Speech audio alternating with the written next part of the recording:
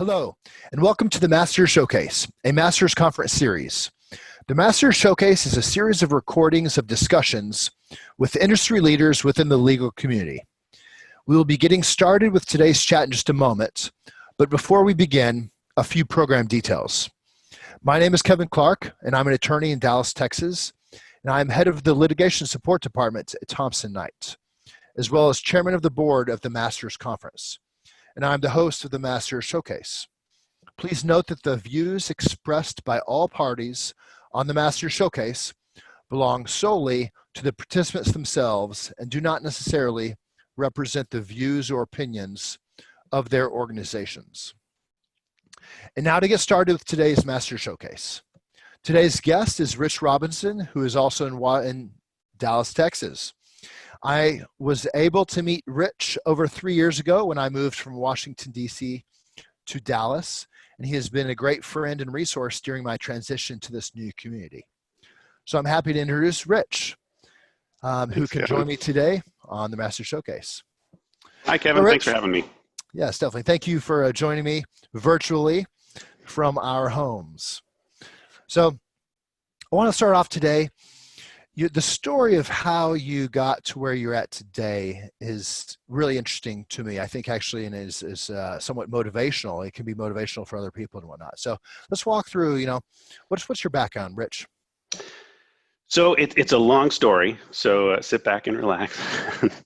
It starts back in Washington, D.C., where I attended Georgetown University and received a degree in psychology. And when I graduated from Georgetown, I moved back to my hometown of Providence, Rhode Island, where I ran a group home for troubled teens for 3 years. And at the time, we were having our first child after 3 years in, and I decided that the group home pay was not enough to keep me keep my kids fed. So I decided to do something different, and I thought that technology was something I always had an aptitude for. So I would pursue something in tech support, or that was a good way for me to get into the industry and start making a bit more money to take care of my family. So I kind of honestly just sort of lucked out with a friend of mine who had a job at a law firm in Boston on their help desk. And she contacted me and said, they're looking for somebody to work nights on the help desk. And, I think you'd be good for it. And so I applied and I got the position. And it was a 4 to midnight shift at the law firm on the help desk. Which was great because I had little ones. So my wife at the time was a teacher, and she worked during the day, and I worked nights, and we were able to really split our time with the kids. So I moved around in that law firm into a management role later, and then apps development, and then I moved to a law firm in Providence, Rhode Island, Adler, Pollock and Sheehan, where I was doing the same thing, apps development. But there was a case that came up that was it was the state of Rhode Island versus the lead industries of America. It was the longest civil trial in the history of the state, and they had a discovery issue where the state had produced a SQL database in flat file format, and they came to me as the apps developer and having some SQL experience to say, could you rebuild this database and run queries against it to find data? And so it was kind of like CSI. I had printouts of tables plastered against walls with pins and string from primary key to primary key to try to build this database and put it back together. And so so that's what I did, and then from that point on, I was hooked. It was all about litigation support. They ended up changing my position from an apps developer to a lit support role, and I was there for another 3 years before we made the move from Rhode Island to Austin, Texas. And in Austin, I took up a position as the manager of litigation support for Graves, Doherty, Heron, and Moody, which is a mid-sized firm right on Congress in Austin, and it was a fantastic firm. I really enjoyed that role because the role didn't exist prior to me coming.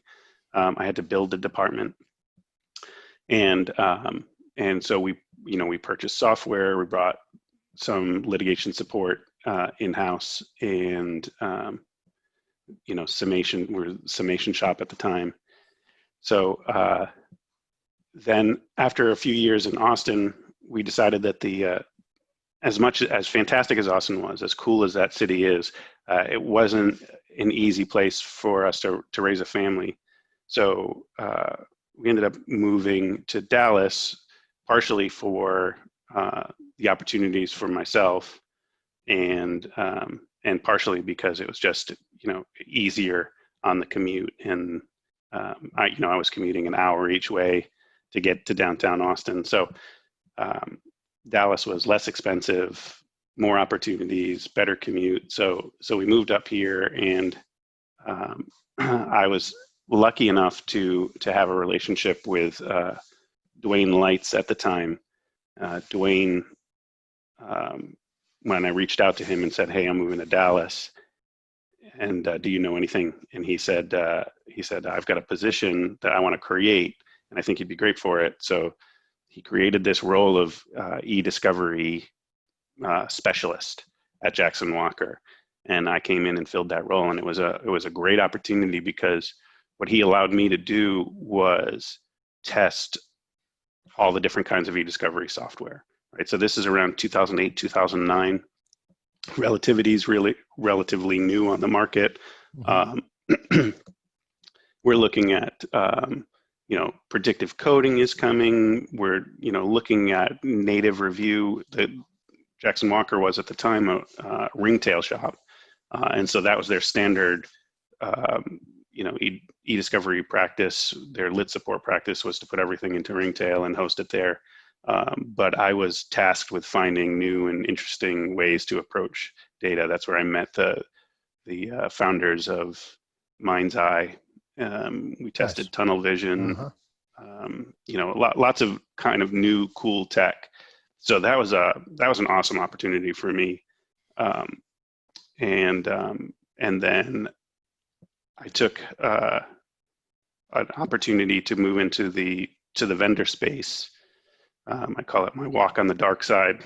I worked with Exact Data Discovery for a year, and as much as I found that the vendor space, especially business development, really wasn't for me, it was really a great opportunity for me to be exposed to that side of the discovery landscape. Right, I got to look behind that wall and that curtain and see how things operate there.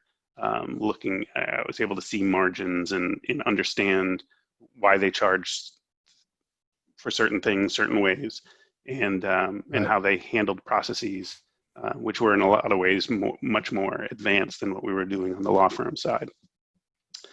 But in the end, business development really wasn't for me. So I took an opportunity at Gardier as their practice support manager, and absolutely loved that team and that job.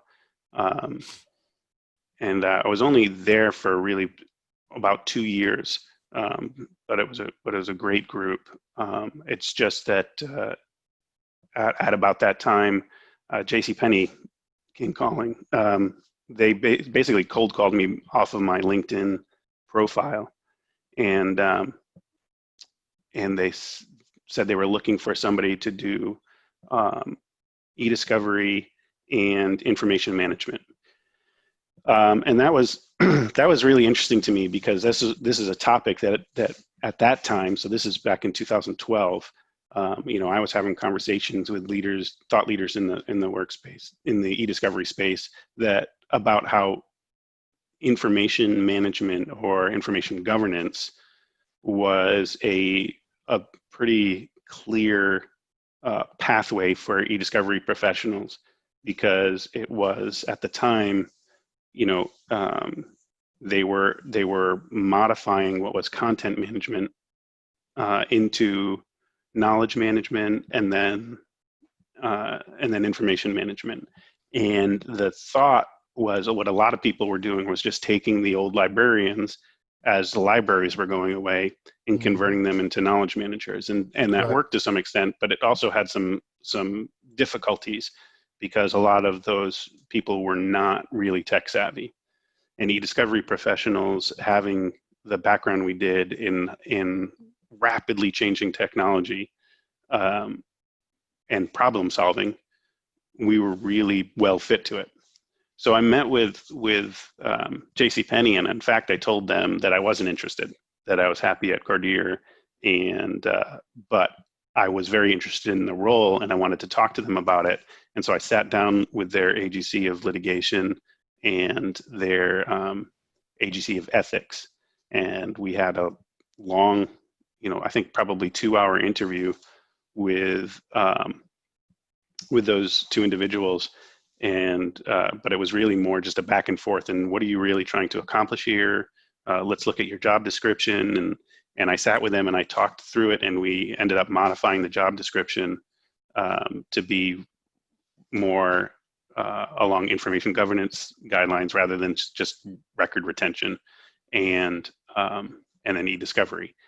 So we built that job description, and 6 months later, JCPenney called me back and said, Rich, we took this search nationwide, and we just have not found a good fit for it, and we just keep coming back to you, and you're perfect for this role. Would you at least come in and talk to our general counsel? And Interesting. Yeah, so I did. So in a way, you wrote without intending to, you wrote your own job description. Exactly right. Nice. Yeah. So at JCPenney, I joined in 2012. That was the time of Ron Johnson. And if you don't know who he is, he was the brain behind the Apple Store.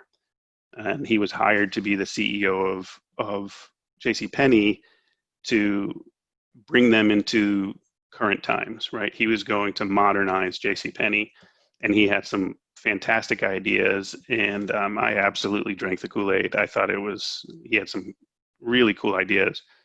The problem was that he tried to do it all at once, and really, this is my personal opinion, I think he absorbed all the cash, all the assets for JCPenney, and used them to try to convert too many stores. There were 1,100 stores at the time, to modernize them, and in many ways it disillusioned our core customer, and we weren't able to complete all of the changeover because we just didn't have enough money to do that. Mm-hmm. So it ended up in a really just not as good a format as we intended, and really lost a lot of our core customer. So I joined JCPenney with the concept that I was going to be the manager of this group that had two sides, one on information governance and one on eDiscovery. And 7 years in, I am a one-man army. I often refer to myself as the little Dutch boy, just trying to put my finger in the dam to try to prevent the overflow. So I didn't really achieve what I wanted to achieve there, but one of the good things to come of that was that I was able to create a team through collaboration, and reaching out to the cybersecurity team, and building relationships there, reaching out to the privacy group, getting on working groups and all of those, and then building information governance with IT. So in many ways, JCPenney, in spite of not being able to give me the resources, they gave me the skills to go out and build my team without hiring new people. And then, Toyota moved to Plano in 2015, 16. JCPenney actually sold them the property. So they're directly across the street. And when they came, I reached out to my counterpart there, Eric Lieber, and said, we have a local group. We meet regularly for lunch. You should join us. And he jumped at the chance, and he and I became good friends. And when it came time for him to consider his retirement, he reached out to me and asked me if I would be interested, and he thought that I would be a good person to fill his shoes, because we had very similar backgrounds, both coming up through IT and doing both technology support for our organizations as well as eDiscovery. So it was a long interview process with Toyota, but when they offered me the job, even though I wasn't particularly looking at leaving at the time with JCPenney, I'd been with them for 7.5 years, and absolutely loved the legal department there. It was just too good an opportunity to pass up. Toyota is an amazing company. So that's where I am now. I'm the director of legal operations and litigation support for Toyota Motor North America. And I wear those two hats, legal technology under the legal operations hat, and then eDiscovery for the litigation support. Right. Nice. Well, thank you. That's I love that story. And in fact, I want to follow up on a few things that you brought Sure. up. Throughout your career, it seems like networking has been very important. I think with your first job in Boston, and then when you were in Austin to moving up to Dallas, I think it was Dwayne Lights, helped out, and then, For sure. Moving from JCPenney to Toyota. So, what for you, what's networking mean, and what's the value in it? I think that in our marketplace, and I don't know if it's specific to our marketplace or just this time in general, but it really has been my entire career. Networking is the most important part of job growth. My grandfather, before he passed, made a comment to me about how I wasn't staying in my job long enough. And, I think until JCPenney, the longest I ever stayed at a job was 3 years. And, he retired from the same company he started working for directly out of college. So, that was his mentality, is that you're a company man, you go work for a company and you stay there your entire life. And I think that has changed significantly. And entry-level positions, certainly you may find them in the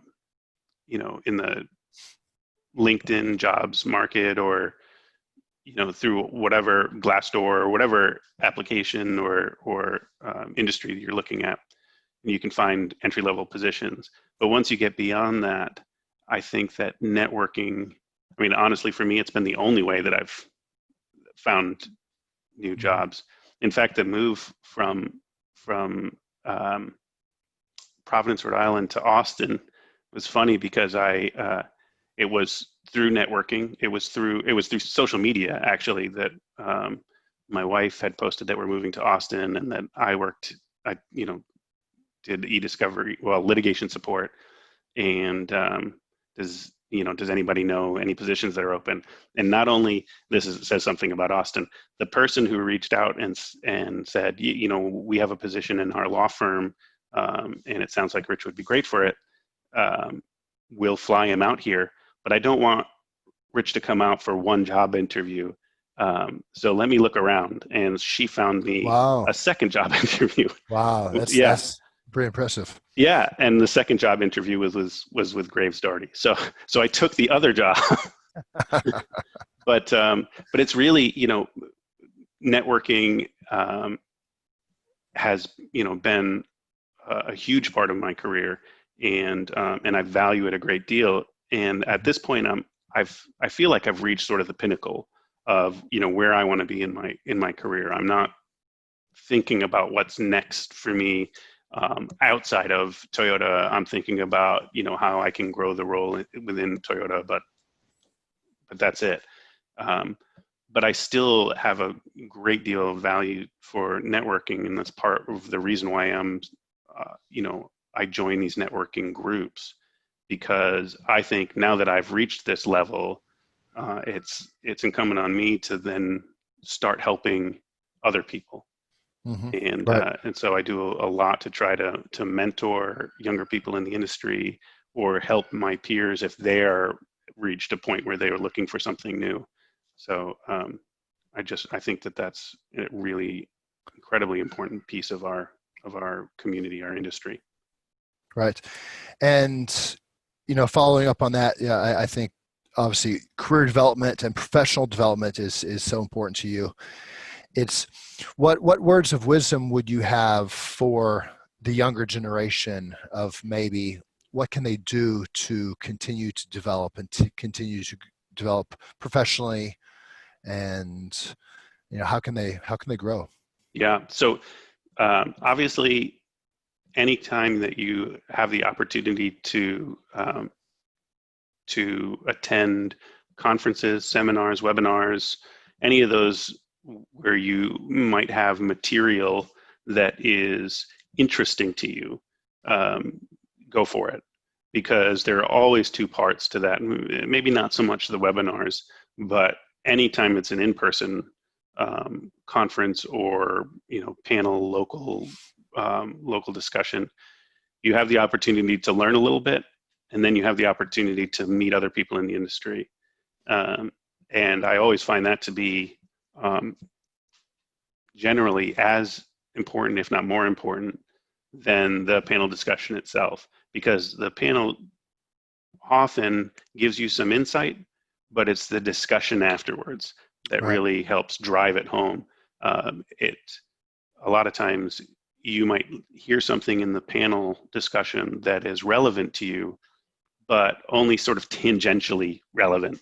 So it's the discussion afterwards where you take that relevant piece and you translate it into what is meaningful to you, and then ask the questions of your peers. Well, what would you do in this situation? Here's something that I'm dealing with. What would you do in the situation? And you get that kind of it's almost like a hackathon where people try to help you figure out how to deal with situations. That is hugely important. The other thing that I would say for people that are sort of younger in the industry and are looking to expand their horizons is to go outside of your comfort zone. I think one of the best things I ever did in my career was to join a panel. The first one that I did was it was in Houston. It was with Jordan Lawrence to talk about information management, and it wasn't my strongest experience at the time. I was not at JCPenney yet, so information governance was not in my purview at Gardier, where I was working at the time. But it's it was important to me intellectually, right? I had ideas about what I thought we should do for information governance, and so I let the moderator lead the panel, right, and feed me the questions. They're really easy to do, but getting out there and doing those panels are a great opportunity for people to expand, to learn new things, because a lot of times you're sitting on a panel that may be something that you're interested in, but may not be an expertise that you have, where experts on the panel with you elevate you. So Right. so that's just a great way to get out there and do things. And a lot of times, if you're a law firm or you're a corporation doesn't want to pay for all of these conferences, it's a way to get to the conference for free, or get into the conference for free, is to become a panelist on one of the sessions. Right. And are there any certain organizations or conferences that you suggest that people should attend or join? Join for Yeah. groups? There are a number of them. There's a lot of good conferences out there, and it's kind of a weird time right now. I don't know if you saw it, but ILTACon is now ILTA-on. Right, exactly. Yes, with the whole COVID-19, we're Yes. all going virtual. So yeah, so but there's still a lot out there. So obviously, Masters Conference, one of the best in the industry. Great plug. Great plug. Yeah. Yes. I do really enjoy the Masters Conference, and I like, we have our, Masters Conference, a regional conference in Dallas, and it's one of the few in Texas that that really, is a day-long full conference, really great networking and great learning opportunities. So I definitely would plug the Masters Conference. But I also, ILTA and Legal Tech are great, especially for networking. They're conferences that pull people from all over the country, and if you're in the legal ops space, there's CLOC, which is really geared more towards legal operations, and then I really enjoy Solid, which is the Summit on Legal Innovation and Disruption from the Cohen Group, and EDI, the eDiscovery Institute. Those are both fantastic conferences. Right, definitely. So there's a lot out there. And then obviously, if you're, they try not to be software specific, but conferences like PREX, PIES Approved, and Relativity Fest get a lot of great buzz. Actually, I can't really plug them because I've never attended either of them, but I hear great things about it, and so they're on my list of conferences to attend. But you can only do so many. Right, exactly. So also, what about organizations? I know that you're involved in the ACED's Dallas chapter. That's right. What do you think about ACEDs and about joining different types of organizations? Yeah, I think ACEDs has come a long way. I created a group in Dallas called the Association of Lit Support Professionals. It was a national organization, but I created the Dallas chapter of it back in, I want to say 2010-ish or so, with some of my peers in the Dallas community. And ACEDs sort of came out around the same time, and it was really just very focused on the test and getting the credentials, the CEDS certification.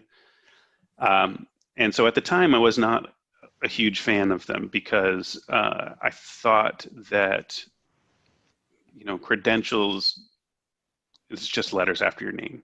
If I could go and study for the test and take the test and pass the test and get those credentials after my name and put them on my LinkedIn profile, but that didn't mean I had any experience in true eDiscovery and really boots on the ground kind of knowledge. So my statement was always, I'm going to look at your resume. I'm going to take experience over credentials any day of the week. But they've come a long way in developing as a networking and as a educational organization. And ALSP sort of started that way. Education was kind of what they were trying to push, and it kind of foundered for a lot of reasons and ended up kind of fizzling away. But ACEDS came in strong, and I think Michael Corderaro, and the new leader of ACEDS, is making some great strides in advancing what ACEDS is all about. And if I had a team that I was trying to increase their understanding of eDiscovery quickly, that would be that would be a path I would take. I'd have them, take the ACEDS exam. Mm-hmm. And they're just doing some new things about, eDiscovery executives, and it just kind of raising the bar a bit. So I'm a fan of that organization, which is why I'm a member of the board here in Dallas. Mm-hmm. I believe in them. Right. Right. They actually, I was speaking to Michael a few days ago, and he was telling me about a mentorship program. So I know mentorship is big for you, but it's not brand new. It was created a few years ago, but he's putting some new life into it and really building it. So that's just something to check out. Yeah, I think that's great. And I actually was a mentor a few years ago when they started that mentorship program, and I thought it was awesome. I had a mentee in New York City. Nice. And yeah, we met once a month and had phone calls and talked about, how to move his career to the next level. So I think that was fantastic. It did kind of sort of disappear for a while, and so I'm really glad Michael's bringing that back. I think that's a really important thing.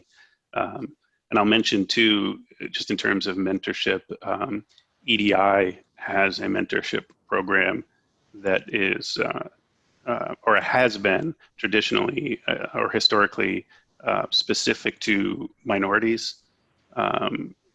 So that's an excellent program as well. Right. Nice. Excellent. So we were running out of time, so I wanted to ask the last question.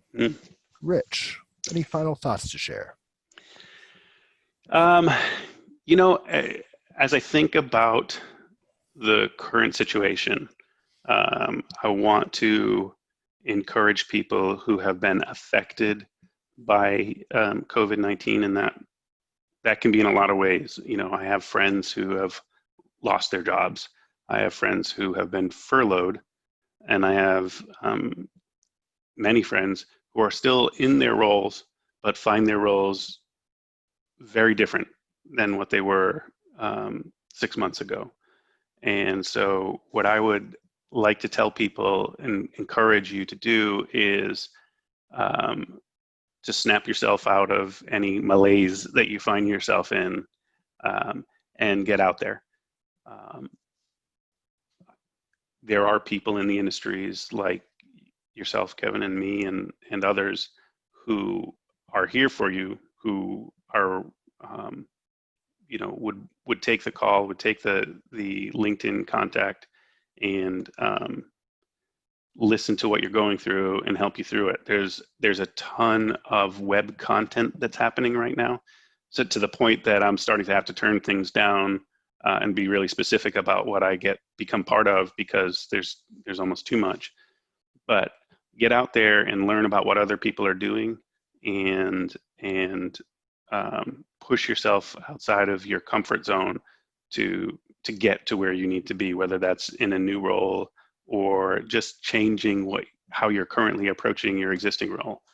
Because the new normal, when we do get back to work, is probably still going to be very different than what it was before we started the quarantine.